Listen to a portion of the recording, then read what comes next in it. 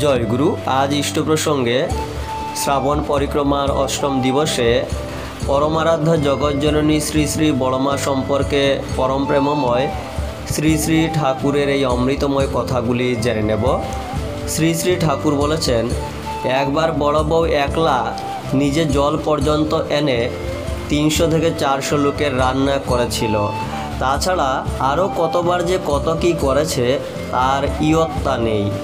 ওইসব মানুষ যারা অমনিভাবে শিক্ষিত হয়ে উঠেছে তারাই 10-এর মা হতে পারে।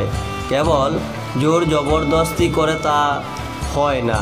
ওই যে একটা কথা আছে, বাঁশের উপর বসলে যদি মিস্ত্রি হতো তবে তো আর কথা ছিল না।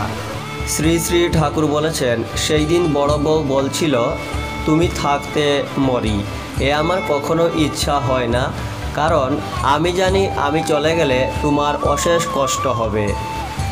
শ্রী শ্রী ঠাকুর আরও বলেছেন, বড় বউয়ের পড়াশোনার অভ্যাস আছে খুব, ফাঁক পেলেই পড়ে। তাছাড়া জগজ্জননী বড়মা সম্পর্কে পরম দয়াল অনেক কথা বলেছেন। এই ছিল কিছু গুরুত্বপূর্ণ তথ্য। জয়গুরু।